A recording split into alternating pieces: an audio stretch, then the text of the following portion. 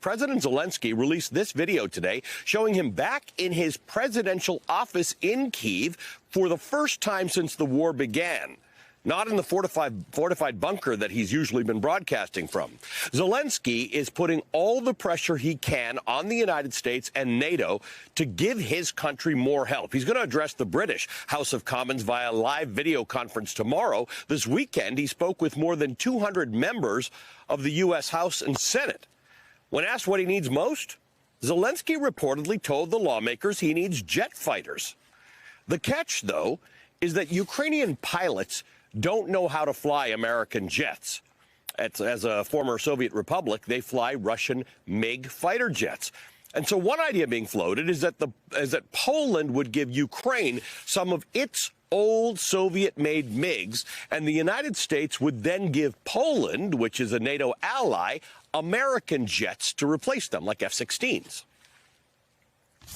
We're looking actively now at the question of airplanes that Poland may provide to Ukraine, and looking at how we might be able to backfill should Poland decide to produce those, supply those planes. This idea is more complicated than it sounds, by the way. The U.S. and its NATO allies are trying to give Ukraine as much help as they can without actually getting into a war with Russia, without becoming a so-called co-combatant in the conflict. And no one can really say for certain where that actual line is. As one senior American national security official warned the New York Times this weekend, the American legal definitions of what constitutes entering the war are not the same as Vladimir Putin's definitions. For instance, the Kremlin has warned NATO countries against letting themselves be used as bases for Ukraine's remaining air force, saying that if Ukrainian planes attack Russian forces from a NATO country, Russia's going to consider that country part of the conflict. So Poland is understandably nervous about this plane swap idea. Ukrainian planes wouldn't be attacking Russians from Poland, but Poland would be giving the planes to the Ukrainian Air Force. So would Russia then consider Poland a co-combatant? Here in Hungary, whose president has been vocally pro-Putin right until Putin invaded Ukraine, Hungary's kind of split the difference. They're allowing NATO troops to be stationed in this country, not anywhere near me. They've got to be west of the Danube River, near Budapest.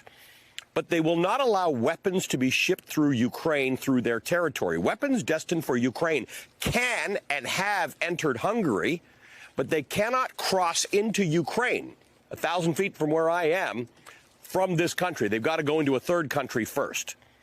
My team shot this footage today in a town just a few miles from here. The Hungarian military beefing up its presence near the border, clearly preparing for something. We actually tried to bring you this show tonight from their barracks. They initially agreed, and then they respectfully declined, offering to help us find other locations from which to do the show. So we returned to a place we know, this tiny village center, where it's lights out. Refugees arrive, as you can see by the busload, about every hour. Okay, I want to go back to these jets again. Whether the U.S. ends up finding a way to get fighter jets to Ukraine, the scale of the other weaponry that they have managed to get to the Ukrainian military in recent days is staggering. The New York Times and CNN report that the U.S. and NATO have delivered 17,000 Javelin anti-tank weapons, 2,000 Stinger anti-aircraft missiles in less than a week, unloading them from giant cargo planes in Poland and Romania, where they are transported across the border by land.